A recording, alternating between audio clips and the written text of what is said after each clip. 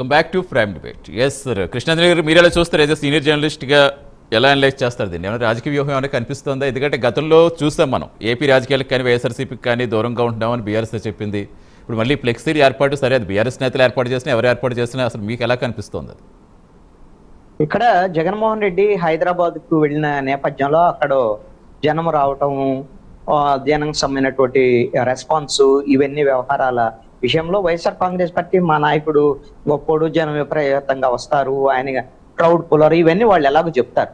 నేను చూసే కోణం ఏంటి అని అంటే ప్రధానంగా ఎందుకు ఈ జనాన్ని వస్తున్నారా గ్యాదర్ చేస్తున్నారు, హైదరాబాద్ లో ఎందుకు ఈ జనాన్ని గ్యాదర్ చేయాల్సినటువంటి అవసరం వస్తుంది.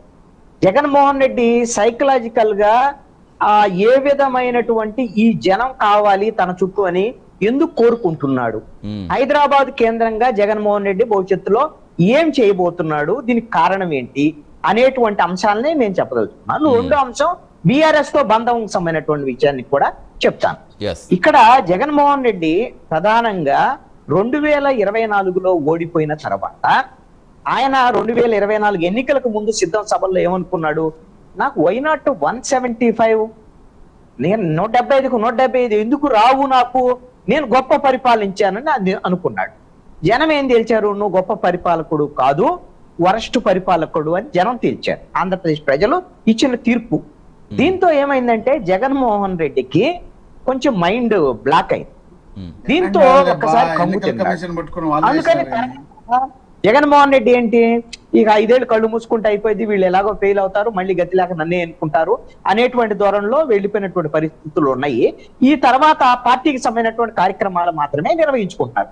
అయితే ఈ క్రమంలో జరుగుతున్నటువంటి పరిణామాలు ఏంటి అని అంటే వైఎస్ఆర్ కాంగ్రెస్ పార్టీకి సంబంధించినటువంటి గ్రాఫ్ ఎన్నికల తర్వాత మరింత పడిపోతూ వస్తున్నటువంటి పరిస్థితి ఉంది. గ్రౌండ్ లో నేను చూస్తున్నటువంటి ప్రకారంగా నా అబ్జర్వేషన్. ఎందుకు పడిపోయింది, కారణం ఏంటి, వాళ్ళకి 40% ఓట్లు వచ్చినాయి, వచ్చింది 11 సీట్లే కావచ్చు. ఎందుకు పడిపోతుంది అంటే కారణం ఏంటి అంటే ప్రతిపక్షం అన్న తర్వాత ప్రజలతో ఉండాలి, అసెంబ్లీకి వెళ్ళాలి, ప్రజల సమస్యల మీద మాట్లాడాలి, ప్రజల సమస్యల మీద పోట్లాడాలి, ఇవేమి లేవు. ఆయన ఏమిటి కళ్ళు మూసుకుంటే ఇది అయిపోయింది 5 ఏళ్ళు అని ఆయన కఠోర దీక్షలోకి వెళ్ళిపోయాడు. అప్పుడప్పుడు వచ్చి ప్రెస్ కాన్ఫరెన్స్ పెడుతున్నాడు. ఇక అప్పుడప్పుడు ఉద్యమాలని కూడా చెప్తూ ఉంటారు అందుకని జగన్మోహన్ రెడ్డి ఎప్పుడైతే పార్టీకి సంబంధించినటువంటి అనేటువంటి భయంలోకి వచ్చాడో అప్పుడు వాళ్ళ నాయకుల్ని కాపాడుకోవడానికి జైలు యాత్రలు చేయటం అది మొదలు పెట్టాడు. రెండోది ఏం చేయటం మొదలు పెట్టాడు, తనకి ఇంకా చాలా బాగా జనంలో ప్రభావవంతమైనటువంటి నాయకుడిగా ఉన్నాను, తనకి జనం విపరీతంగా జనం వస్తున్నారు, తను ఎక్కడికి పోయినా జనం వస్తున్నారు అని కొన్ని ప్రాంతాలకు సంబంధించినటువంటి ఏరియాల్లో ఈ విధంగా జైలు యాత్రలో, ఓదార్పు యాత్రలో పెట్టి జనాన్ని గ్యాదర్ చేసి జనం అంతా నాకు విపరీతమైనటువంటి బ్రహ్మరథం పెడుతున్నారు అని చెప్పుకునేటువంటి పరిస్థితుల్లోకి జగన్మోహన్ రెడ్డి వెళ్ళాడు.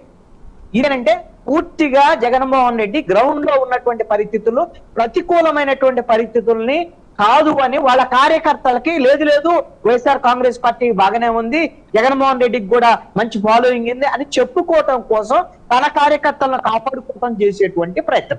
మరి హైదరాబాద్ లో ఎందుకు అని అంటే హైదరాబాద్కి ఇప్పుడే కాదు, మొన్న ఒకసారి కోర్టుకు వెళ్ళినటువంటి పరిస్థితి ఉంది. ఆ కోర్టుకు వెళ్ళినటువంటి సందర్భంలో కూడా ఇదే తరహాలో గ్యాదరింగ్ చేశారు. మీకు హైదరాబాద్ కు సంబంధించి ఇప్పుడు వెళ్ళినటువంటిది పెళ్ళో ఏదో అనుకుంటా, దీనికి సంబంధించినటువంటి విషయంలో నాకు తెలిసి అయితే ఇది గ్యాదరింగ్, వాళ్ళకి సంబంధించినటువంటి సంబంధాలు ఉండేటువంటి వాళ్ళందరినీ ఈ విధంగా పెద్ద ఎత్తున పిలుపు ఇచ్చి మరి వాళ్ళు గ్యాదరింగ్ చేసేటువంటి ప్రయత్నం జరిగింది అనేది అందరికీ తెలిసినటువంటి విషయమే, తెర వెనక జరిగినటువంటి విషయం. ఎందుకు, కారణం ఏంటి, భవిష్యత్తులో జగన్మోహన్ రెడ్డి రోజుల్లో హైదరాబాద్ కి మకాం మార్చబోతున్నారు. కారణం ఏంటి అని అంటే మొన్ననే సుప్రీంకోర్టులో అమికస్ క్యూరీ సుప్రీంకోర్టుకు ఒక నివేదిక ఇచ్చారు. ఏమి ఇచ్చారు అంటే ప్రజాప్రతినిధులకు సంబంధించినటువంటి కేసుల విచారణలకు సంబంధించి లేటుగా జరుగుతున్నాయి, 3 ఏళ్లు దాటినటువంటి కేసుల విచారణకు సంబంధించి ప్రతిరోజు విచారణ జరగాలి. అంటే జగన్మోహన్ రెడ్డి కేసులన్నీ హైదరాబాద్ లో సిబిఐ కోర్టుకు సంబంధించినటువంటి వాటిలో ఉన్నాయి, హైదరాబాద్ లో ట్రయల్ జరిగేదానికి అవకాశం ఉంది. కాబట్టి ప్రతిరోజు విచారణకి అనివార్యంగా జగన్మోహన్ రెడ్డి హాజరు కాబోతున్నారు.